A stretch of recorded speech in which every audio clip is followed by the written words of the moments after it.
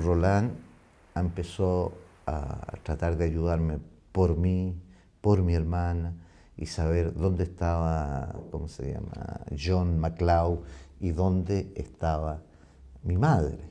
Y que finalmente, si no hace eso, nos matan a todos. Completamente comprometido con la situación de los artistas, completamente comprometido con los derechos humanos, completamente comprometido con un poco hay que salvar a los artistas, ¿no? Y él se lo va a jugar por completo. Nos entrega su apoyo, se entusiasma, se maravilla con lo que hacemos.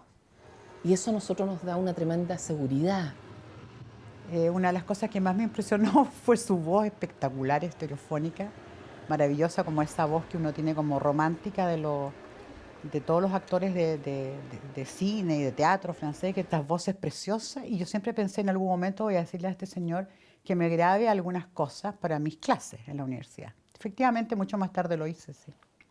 Para mí era un personaje que estaba muy al lado nuestro, muy comprometido con nosotros, de manera muy íntima, muy tocado por todo esto que estaba sucediendo, muy solidario. Era una persona muy enterada de las cosas, ¿no? Y en cada parte que estuvo hizo muy bien, todo muy bien. Así que siempre nos ayudó a todos, sí. Fue un foco de luz, ¿no? En el cual uno podía recibir cosas, y no solo cosas materiales, sino que cuestiones directamente artísticas, de opiniones. Para mí apareció como una persona muy importante, ¿no? Con su voz, su porte, ¿no? Es decir, yo me sentía al comienzo bastante inhibido frente a él, ¿no? De pronto me doy cuenta de que él es progresivamente más cariñoso, ¿no? Empezó a llamarme hermano Pancho, ¿no?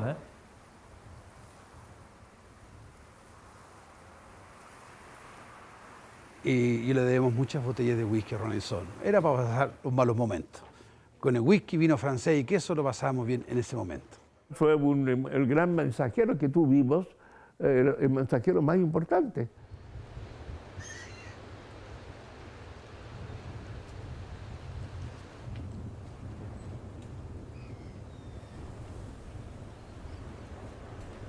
Je vois la porte de la rue, la grille de la rue s'ouvrir et une auto rentrer en trombe, et la grille se refermer tout de suite. Évidemment, quelque chose est en train de se passer parce que le chauffeur de cette voiture avait essayé d'échapper au contrôle que la plupart du temps faisaient plusieurs policiers en casque et avec mitraillettes sous les bras à tous ceux qui apparaissaient avec une envie de rentrer à l'ambassade. Et je vois descendre de l'auto au volant, du volant, je vois descendre Roland Husson. C'est très rare de pouvoir vivre un événement historique. Et le coup d'État, enfin la dictature et le coup d'État ont été un événement historique, négatif bien sûr. Être présent, pouvoir témoigner, pouvoir aider les gens, c'était un grand avantage. Mais ça, c'est presque confortable pour moi. Ce qui était tragique, c'était les gens qui étaient en prison, assassinés ou disparus. Donc, si tu veux, j'ai un sentiment, je suis content de l'avoir fait. Si c'était à refaire, je le referais. Mais je ne me sens pas héroïque. Et je voudrais vraiment que ce soit clair, ça. J'ai l'impression que ça a été un travail d'équipe avec notre ambassade, avec les gens à Paris, avec les autres ambassades des pays démocratiques d'Europe. Et donc, c'était une sorte de réaction, je dirais, plurinationale contre l'arbitraire.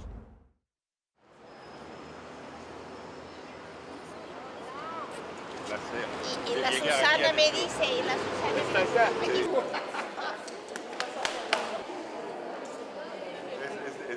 Señora vicedecana de la Facultad de Arte de la Universidad de Chile, Clara Luz Cárdenas, artistas participantes, José Bru y Enrique Matei, amigos.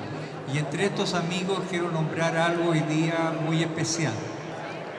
Durante los años más oscuros para nosotros como país, un miembro de la Embajada de Francia se destacó enormemente en la ayuda a todos los intelectuales y artistas.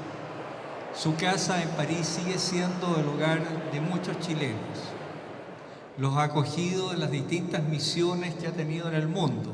Hoy día él está en Chile, me refiero a Roland Huisson, es consejero cultural de la Embajada de Francia en Chile. Le doy une especial bienvenida. Quand je suis arrivé au Chili, j'ai été frappé par trois choses. Globalement, une grande vitalité culturelle qui s'exprimait d'abord visuellement. Ensuite, j'ai remarqué l'importance de la musique folklorique et de la musique, je dirais, révolutionnaire ou d'inspiration révolutionnaire. Donc il y avait une sorte de cassure entre le monde qui voulait créer du beau et le monde qui était assez moche por razones meteorológicas y políticas. Efectivamente había una efervescencia cultural, y una efervescencia cultural dirigida fundamentalmente por los artistas visuales y la gente del teatro.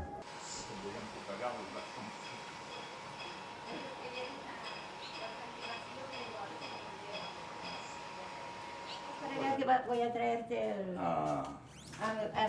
al querido Goya, El querido Goya. que usó las palabras. Organizamos exposiciones, el tren de la cultura, iba a distintas partes, encontramos con los poetas, con los cantantes, con los músicos en general, con los artistas visuales, en fin, con la gente de teatro, y se iba desarrollando toda una especie de programa a la vez muy bien estructurado, pero con mucha libertad. Hacíamos café teatro, té teatro, tinto teatro, blanco teatro, teatro, pero de todo tipo de teatro. Era nuestra pasión, pero fundamentalmente era teatro para cambiar el mundo. Teníamos 20 años. Pasábamos la noche defendiendo nuestra facultad de música, porque también la derecha amenazaba con tomarse la facultad. Estaba el movimiento, el desfile o la cosa que se iba a hacer en la población y después lo pasábamos muy bien. En la noche lo pasábamos estupendo. Nos acostábamos tarde y nos levantábamos muy temprano, ¿no? Pero se bailaba, se cantaba, una vida muy plena.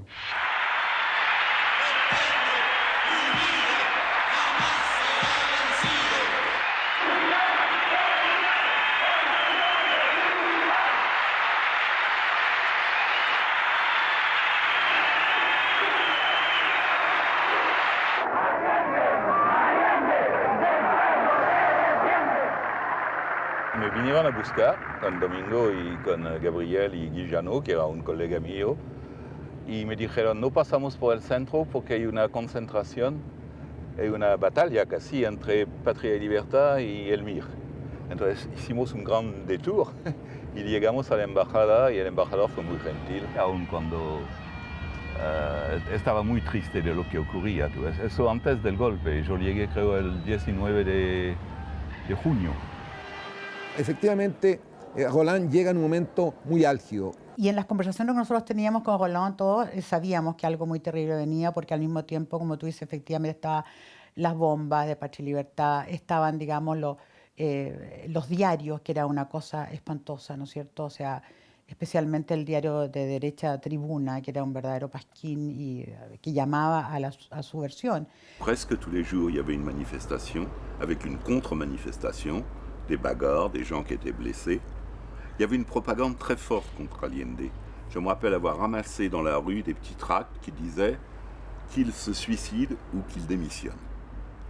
Et après tout, il était élu comme président démocratique, ça me paraissait brutal comme proposition. L'ambiance était extrêmement tendue.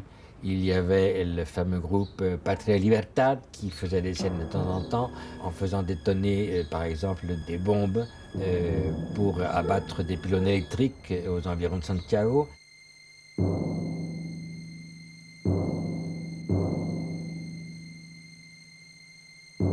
Sur le plan de la nourriture, c'était très difficile. Trouver du beurre, trouver de l'huile, trouver du papier confort, c'est du papier de toilette, tout cela c'était très difficile. Trouver de l'essence relevait de l'épopée. Il fallait faire la queue pendant des heures pour avoir une quantité minimale. Donc un sentiment qui m'a rappelé vraiment la Deuxième Guerre mondiale que j'ai vécue comme enfant. Il n'y avait rien et tout était au marché noir.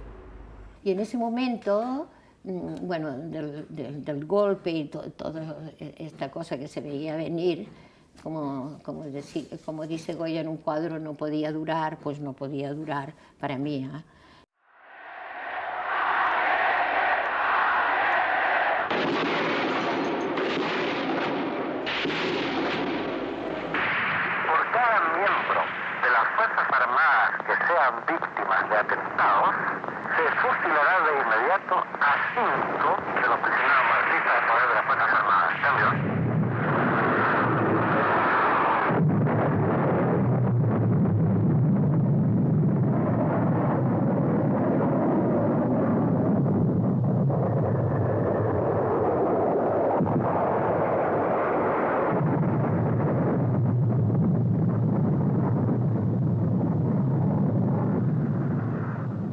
suis arrivé à l'ambassade le matin, j'avais entendu aux informations l'annonce d'un coup d'État.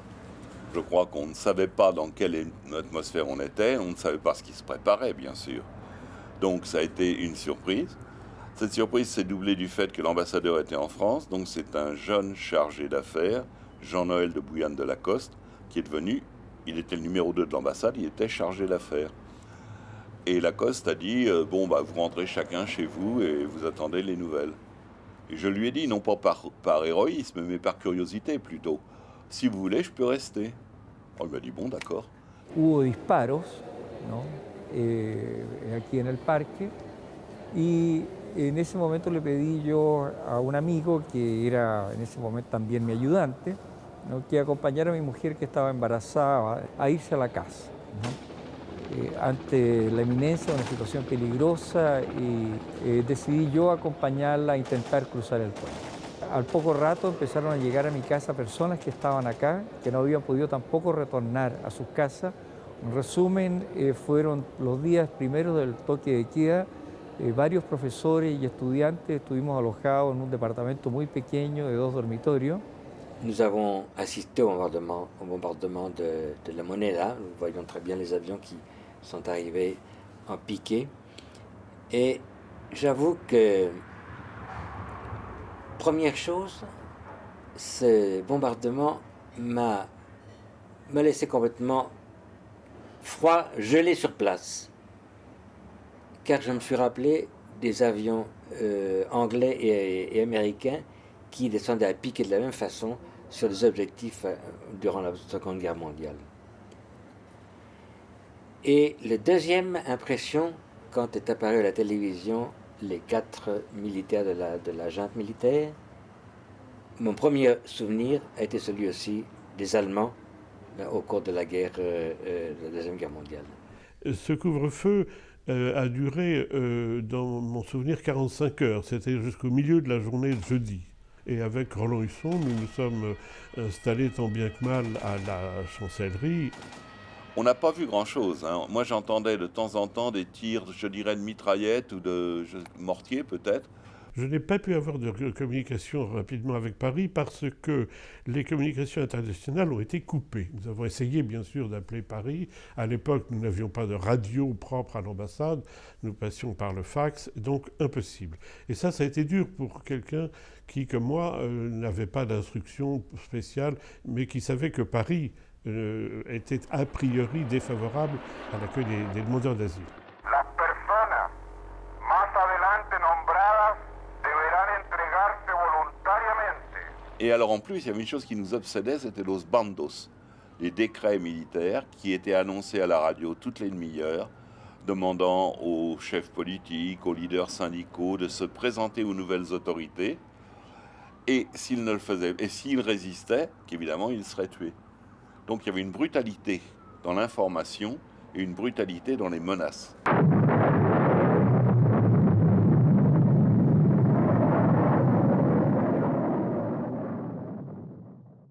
Ce que j'ai fait après, j'ai pas fait grand-chose parce qu'on ne pouvait pas faire grand-chose. On était dans l'ambassade, on y est resté pendant 2 jours. Dès qu'on a eu le droit de sortir, je suis allé voir la Moneda. Je l'ai trouvée en partie détruite, même largement détruite. J'ai appris la mort de Salvador Allende. Ce que j'en ai pensé immédiatement, j'ai eu une impression de révolte et de tristesse. Parce que pour moi, quand la Moneda a été bombardée, c'était comme si l'Élysée, en France, ou la Maison-Blanche à Washington, avait été détruite par qui? Par l'armée du pays. Donc il y avait un choc, si tu veux, assez grand.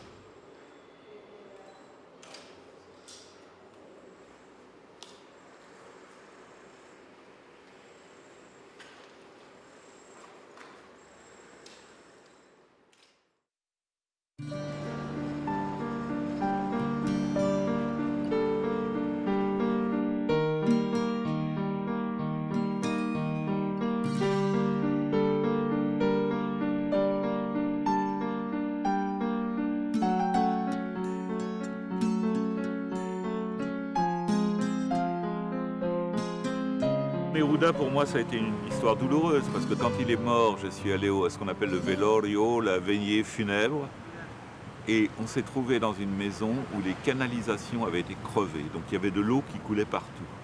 les vitres avaient été cassées. Ce qui fait que quand on s'avançait pour aller saluer la dépouille de Neruda, on marchait sur du verre qui crissait sous les pieds.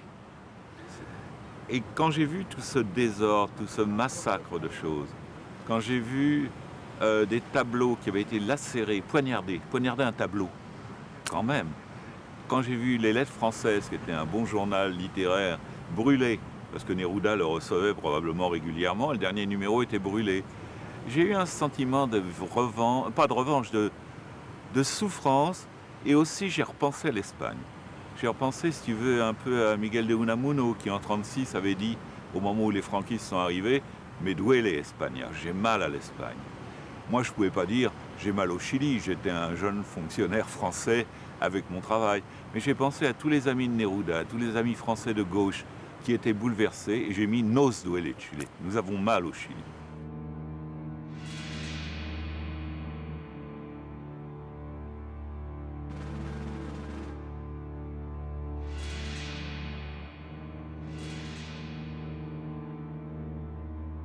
El día que llegaron a llenar mi casa, ¿no es cierto? Justo en ese mismo minuto, me acuerdo que la señora de Rolón Julia llamó por teléfono para ver qué pasaba. Y yo no pude contestar el teléfono porque estaban los militares en mi casa. Y la denuncia había sido la gente de abajo porque ellos llamaron para decir que ahí vivían unos artistas. Notre petit garçon, Pierre-Henri, arrive en courant en me disant « Maman, maman, il y a un mort qu'on vient de voir sur le talus. » Et c'est un des nombreux morts que nous avons eus devant la résidence.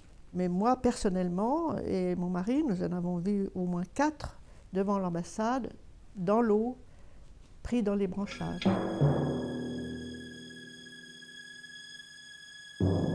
En todo caso, los primeros meses después del golpe, después del 11 de septiembre del 73, yo personalmente me deprimí. Teniendo 20 años, estaba...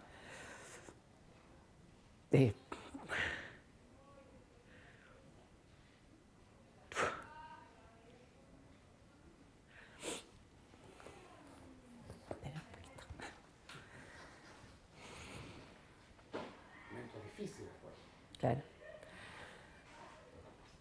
Bueno, es que no he tocado estos temas, ¿no? No he tocado estos temas. Fue todo un sueño que se venía al suelo, fue toda una situación peligrosa, dura, que uno no esperaba, que era demasiado duro, demasiado fuerte. Y además pensar, ¿por qué la propia gente de su propio país, ¿no? Un joven no está preparado para saber eso. No está preparado para enfrentarlo, para saber cómo vivirlo. Te llegaban todos los días, de alguna manera, información de que murió un compañero, un amigo. En fin, había un chico, me acuerdo de él, que era estudiante de arquitectura, amigo de mi hermano, que eso me golpeó mucho. Que lo tomaron preso, él era ayudante de la hormiguita, la del carril, la ayudaba a pintar porque la hormiga ya estaba como en su cama, pintada con un palo, con un pincel desde su cama, y él la ayudaba. Y él de repente desaparece, un amigo que iba todas las semanas a mi casa. Entonces era realmente muy duro. Y yo creo que en todo ese tiempo yo no me pasó esto que me pasa ahora. No me lo permití. No.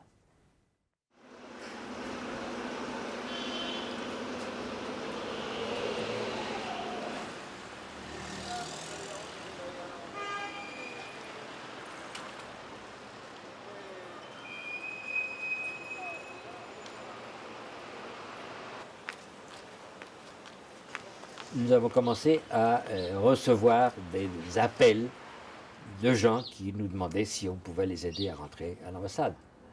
Et nous avons décidé, avec beaucoup d'audace, mais à cette époque-là on avait de l'audace parce qu'il fallait sauver des gens, de faire rentrer des groupes.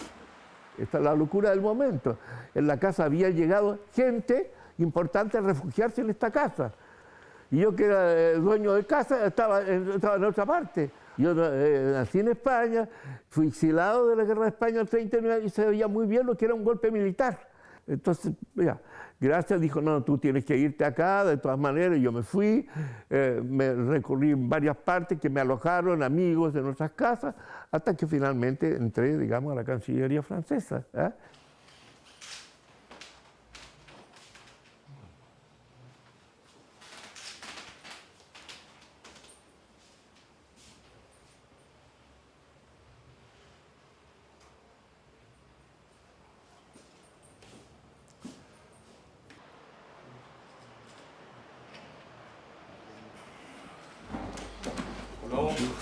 Alors j'occupe ce bureau et ça a beaucoup changé depuis... Oui, ça a beaucoup changé. D'abord, il n'y a pas d'ordinateur, il n'y a pas de machine aussi moderne.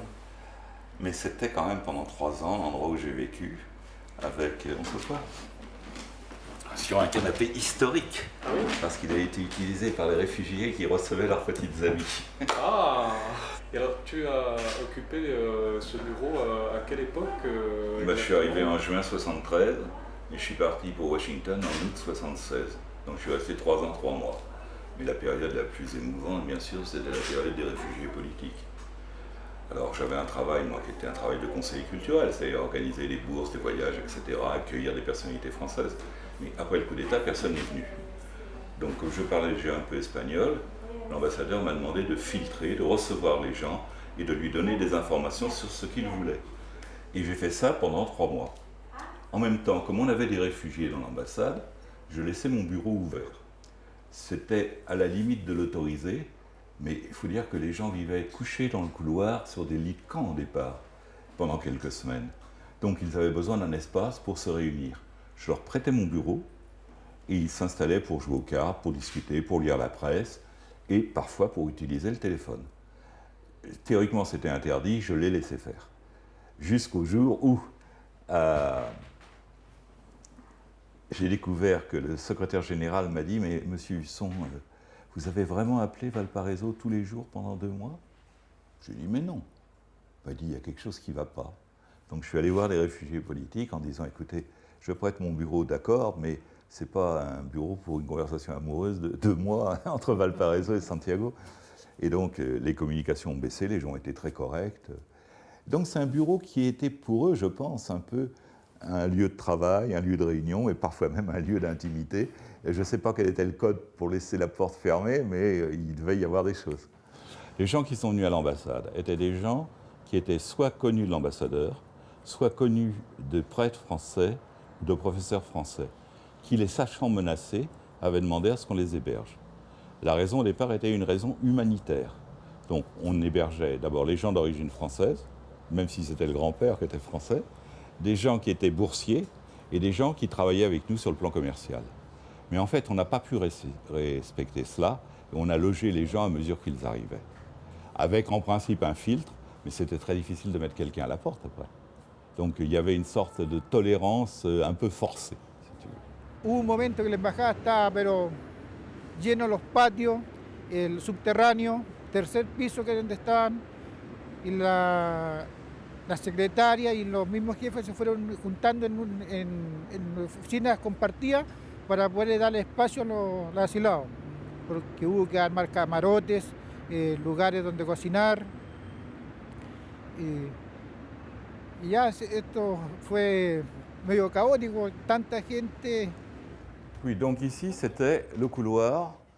À partir du moment, quelques jours, 8 jours ou 10 jours après le coup d'État, il y a eu une dizaine ou une quinzaine de lits où des gens dormaient, soit des couples, soit des familles même, sur des lits de camp.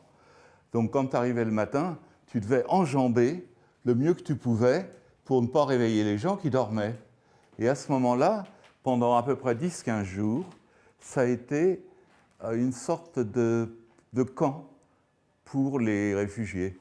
Ensuite, l'ambassadeur, très gentiment, a trouvé d'autres lieux, d'abord au-dessus, au sous-sol, et ensuite il a ouvert la résidence pour l'ensemble des réfugiés. Bon, ça c'est la porte par laquelle entraient les voitures. De l'autre côté, à l'époque, il n'y avait pas un mur de fer comme ça, c'était simplement des barreaux. Donc on voyait très bien la rue de la cour. Devant la porte, il y avait un carabinier qui surveillait l'entrée. Siempre íbamos a buscar personas a diferentes partes y con señas nomás. Entonces uno llegaba a la esquina a veces y ellos llegaban al auto, con la patente del auto. Entonces uno los tomaba y los traía a la embajada. En plus, on avait un concierge qui était un républicain espagnol basque, Angel, petit homme énergique et d'une très grande gentillesse, et nous aidait quand on voulait faire entrer des gens dans la chancellerie. Alors, il y avait des portes avec du cuivre, il frottait très lentement, et quand la voiture, il doit y arriver, il ouvrait très vite la porte, et à ce moment-là, la voiture entrait sans que le carabinier ait le temps de voir qui était dans la voiture. Au départ, ils étaient à la chancellerie, dans une chancellerie qui est petite, mais il n'y avait pas de place. Et il y avait déjà, je ne sais pas, 80 personnes ou 100 personnes. Alors, M. de Menthon et sa femme ont été très courageux. Moi, je ne suis pas catholique, évidemment, mais j'ai beaucoup d'admiration pour ce genre de catholicisme. Catholicisme militant, qui faisait qu'il était scandalisé par la brutalité du coup d'État, le non-respect des lois, et qu'il s'est demandé ce qu'il pouvait faire pour aider. Et en accord avec sa femme, il a ouvert la résidence. Il a donné toute la résidence, sauf 3 chambres. Sa chambre à lui et sa femme, la chambre de leur dernier petit garçon qui avait 10 ans à l'époque, une cuisine et une salle de bain. Tout le reste, les 3 étages, le jardin, tout a été mis à la disposition des réfugiés. Il y a eu petit à petit des masses et des masses de Chiliens alors qui étaient traqués et qui venaient dans les ambassades.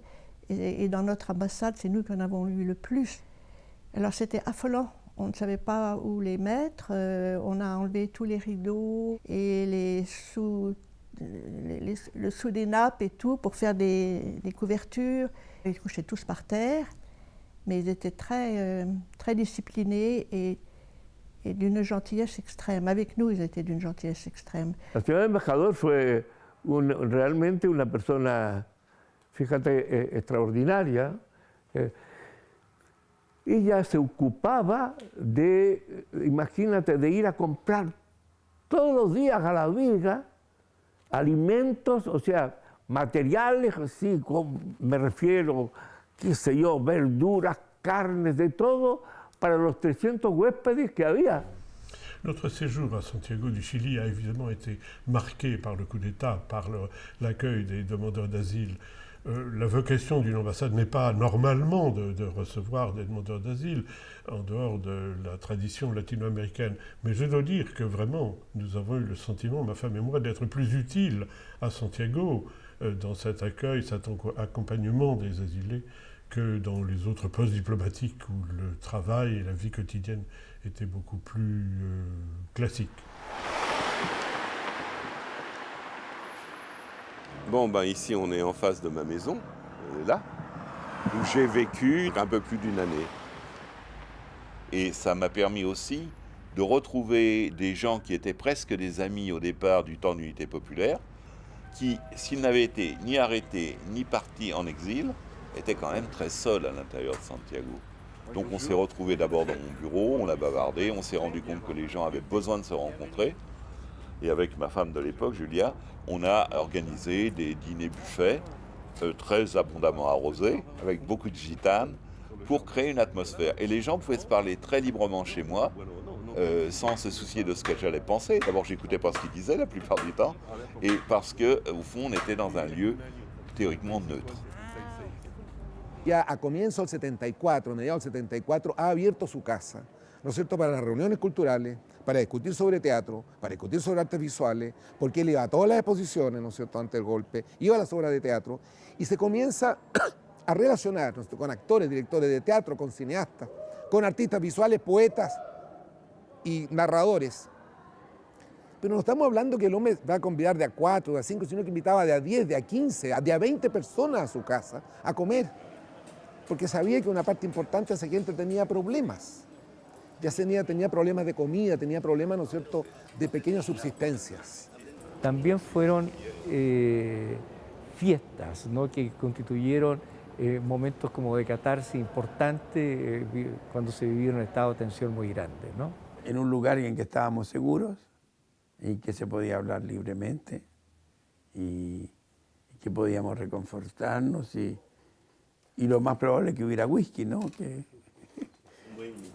Nosotros probábamos las obras en la casa de Roland. Él hacía una recepción donde invitaba a gente de teatro, se daban las escenas y después empezábamos a opinar, cosa que servía bastante. Bueno, la Casa de Rolenzón fue el centro de lo que nos juntábamos, todos los teatristas, los pintores, arquitectos, qué sé yo. Y ahí tuvimos también nuestros encuentros con el queso Camembert, que fue muy, yo no lo conocía, y el whisky, el vino francés y el whisky. Yo creo que esa fue la perdición, la única cosa que nos dejó entre buena y mala, porque tomábamos whisky como agua, lo conocíamos poco. Con los amigos nos reuníamos en el jardín y tomamos trago discutiendo de lo que se podía hacer para la literatura o la pintura o la poesía. Entonces era un lugar muy importante para ellos y para mí también. Era un intercambio.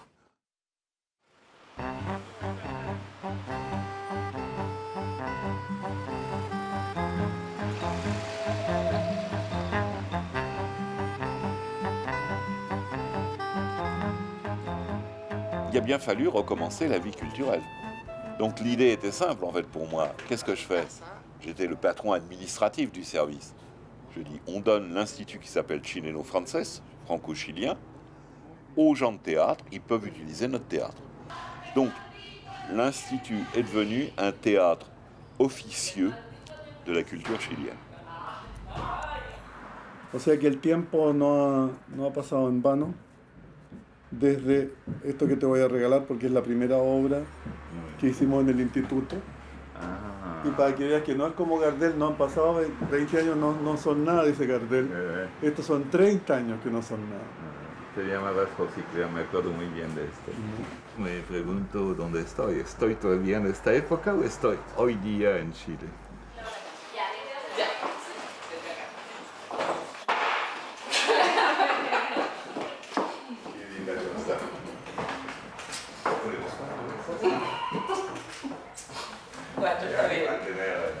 Bienvenido. Estamos ensayando aquí con las chicas. Roland salvó la vida de mucha gente después del golpe. Claro, los milicos cierran la escuela de teatro y Gustavo Mesa y Carlos Matamala encuentran el alero de la embajada francesa a través del Instituto Chileno Francés y les prestan a ellos ese espacio. Ahí empezó Gustavo y Carlos Matamala a hacer clases. Se contactó a los alumnos, llegaban, pero fueron desapareciendo algunos se fueron del país, en fin, se fue reduciendo la gente que estaba. Y entonces Gustavo pensó con Carlos hacer un grupo entonces de teatro y se quedó con la gente que se había permanecido y ahí cambió la vida. Uno andaba por la calle y era un sospechoso, era alguien que tenía que mostrar carnet, que te revisaba. Y ahí éramos los seres humanos que éramos. Nadie nos revisaba, lamentablemente. Por todos nosotros, por estar en mi casa, que es lo más importante. Y seguimos.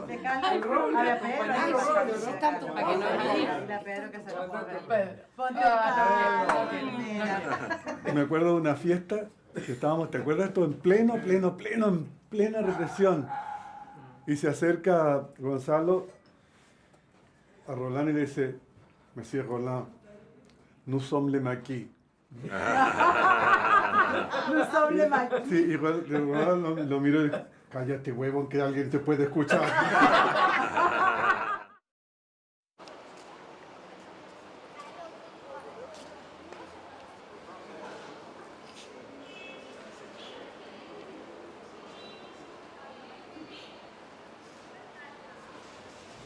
Mon père était dans la résistance pendant la guerre. Donc j'ai toujours vécu dans le respect le respect de la résistance française. Et en août 1974, donc presque un an après le coup d'État, j'ai pensé que ce serait bien de faire un hommage au 30e anniversaire de la libération de Paris. Bon, c'est vrai que c'était pas neutre, mais c'était intentionnel.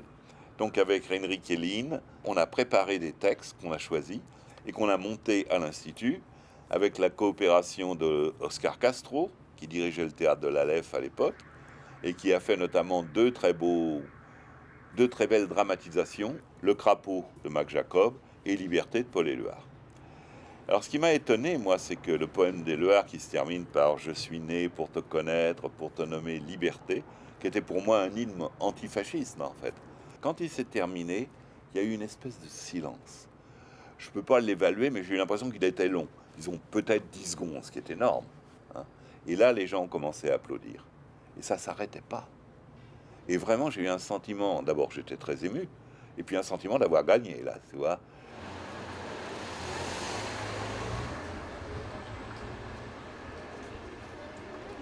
Les 2 premières personnes qui ont résisté, c'est Rosserbrou, et ensuite mon ami Oscar Castro, parce qu'il avait monté une pièce qui s'appelait « Au commencement existait la vie », « Al principio existia la vida ». Et cette pièce, en fait, pour moi, c'était un hommage à Allende, un capitaine qui luttait dans la tempête sur un bateau fragile, qui rencontrait des tempêtes, qui mourait à la fin, mais avec un sentiment de dignité et de courage. Empezamos a dar la pieza.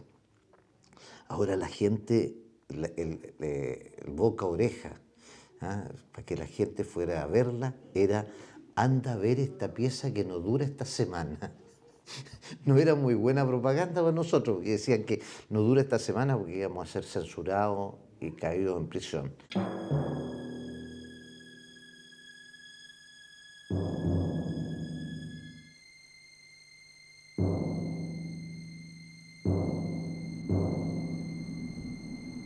Y llega el día en que Roland tiene que dejar el país.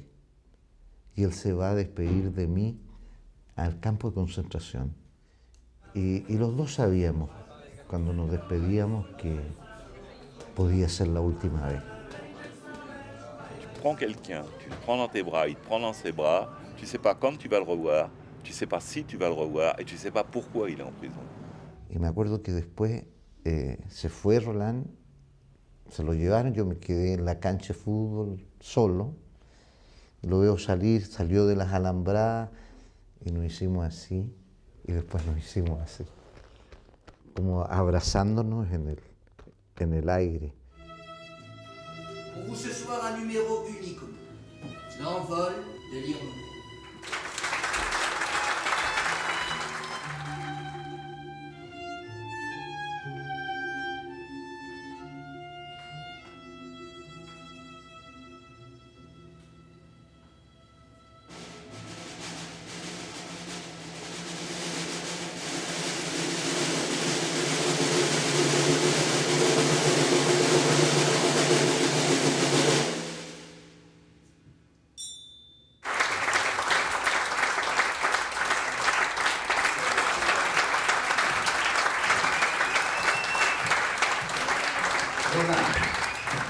Esta noche el Teatro Aleph, la compañía Aleph, quiere dedicarte a ti este espectáculo por todo lo que hiciste por Chile y por el Teatro Aleph.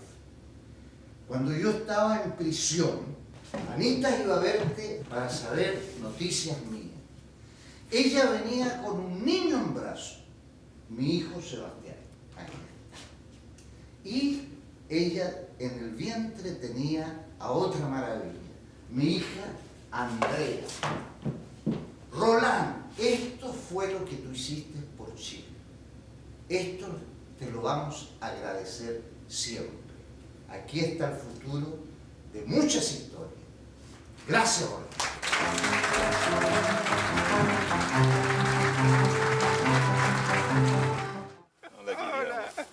¿Qué tal? ¿Cómo estás? Muy bien, contento de volver a verte. ¿Sabes? Sí, tú estás macizo. Macizo, sí, yo sé. Pero tú también, También. no hay que... Puedes Estamos esconder. en- Sí, yo me recuerdo una foto que hicimos los dos así. Sí. La como tuya está más hombres famosa.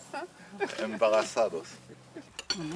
En réalité, ça a été surprenant parce que moi, je connaissais très peu Guillermo. La coupable, c'est Tatiana Alamos, qui m'a dit « Ah, j'ai un ami chilien qui est peintre, qui sort de prison, il est plein de dynamisme, il veut faire 3 expositions coup sur coup et commencer à l'Institut français. »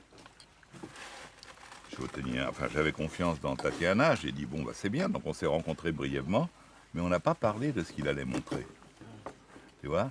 Et moi, j'avais quand même beaucoup de travail malgré tout. Donc le jour où il y a eu le vernissage de son expo, je suis arrivé, il y avait 2-3 fois plus de personnes que d'habitude. Alors j'étais surpris.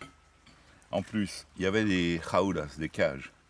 Des cages avec des chaussures, avec des photos, avec tout. Et il y avait une cage au milieu, je me rappelle, que tu avais laissé le fond vide et qui disait, si vous voulez savoir comment c'est à l'intérieur, essayez. Et on voyait des gens qui passaient la cage au-dessous de leur visage. Donc ça, c'était assez impressionnant.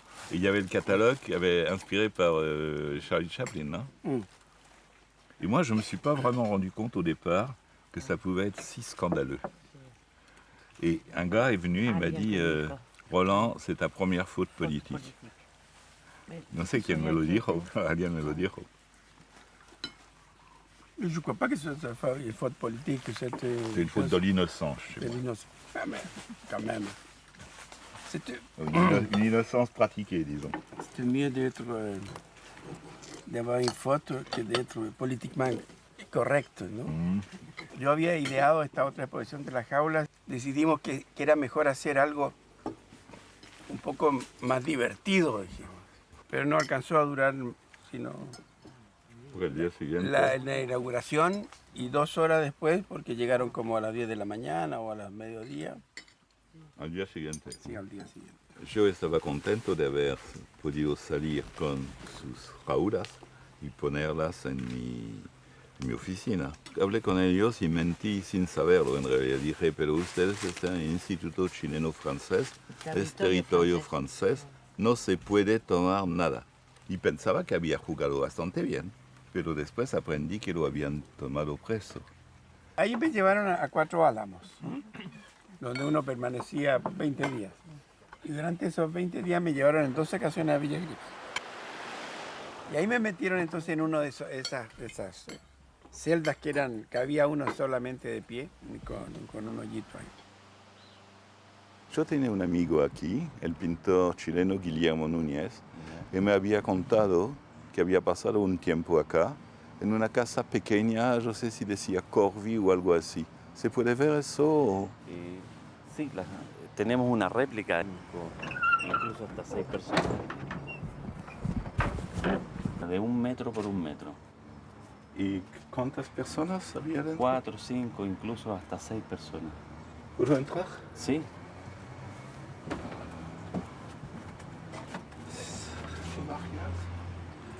4 o 5 personas. Claro. Se turnaban. ¿Y dónde dormían? ¿Se ponían en el suelo? ¿O podían, ¿Para comer?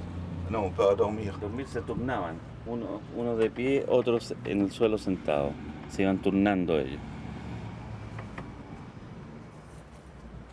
Pero aquí hay una intención de destruir el tiempo. De destruir, justamente. Eso me choca mucho. Claro. Mediante la tortura y el encierro.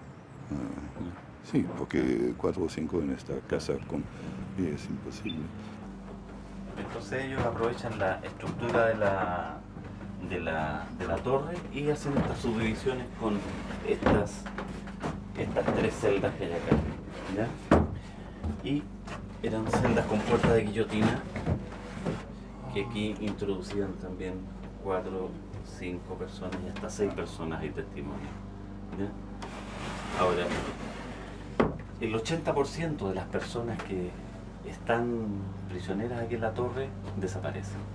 80%. El 80%. Ahora, ¿cuál es la política o cuál es el criterio para hacerlos desaparecer? No lo sabemos. No se sabe. Llegamos a un aproximado de 5.000 prisioneros más o menos que pasaron por Villa Grimaldi. Los sacaban de aquí en camiones frigoríficos, los llevaban a Peldehue, que es una unidad militar que hoy día se llama Fuerte Arteaga. Ahí los sedaban o drogaban, les amarraban rieles a la espalda, los ensacaban y en helicópteros del ejército los iban a tirar al mar.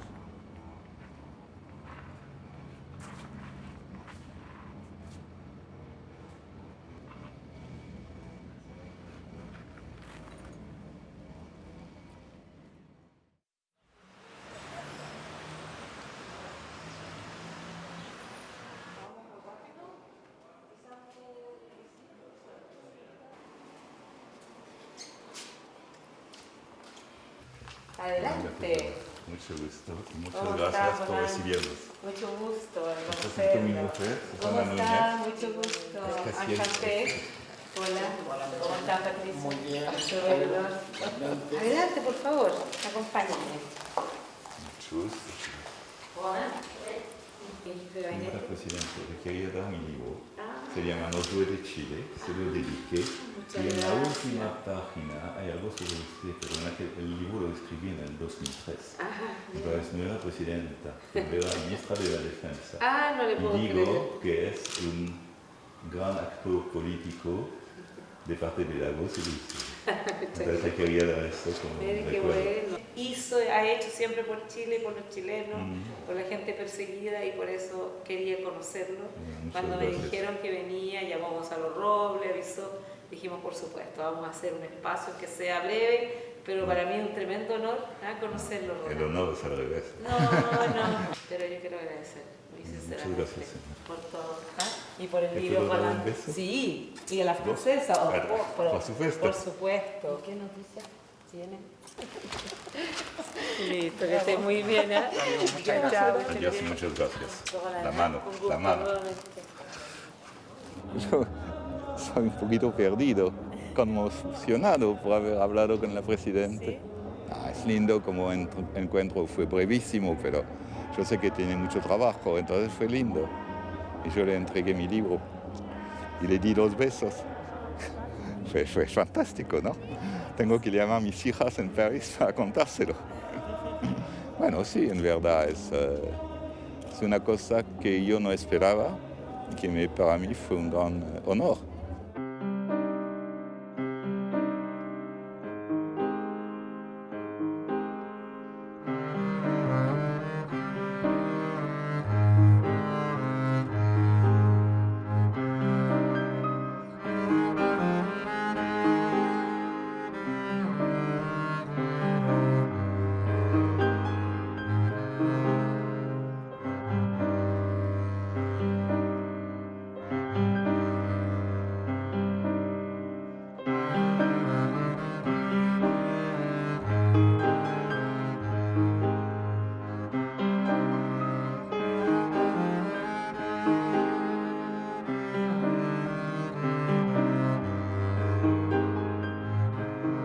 Être ici est très émouvant parce que j'y vois des noms de gens connus, comme le jeune acteur Johnny McLeod, qui a été torturé et assassiné par les militaires et qui était un des acteurs du groupe de l'Aleph qu'Oscar Castro dirigeait et où sa sœur Marietta, la femme de Johnny, était arrêtée également.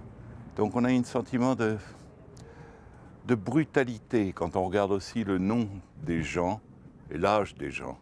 Quand on voit que la plupart ont 30, 35 ans, 25 ans parfois, et ça me laisse, si tu veux, un sentiment de... Je pense à Sabato qui disait en Argentine « Nunca más ».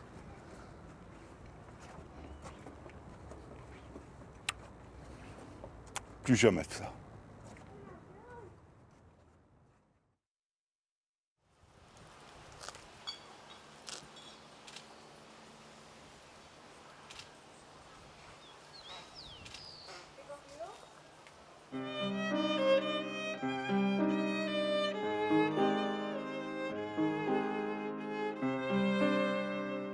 Thank you.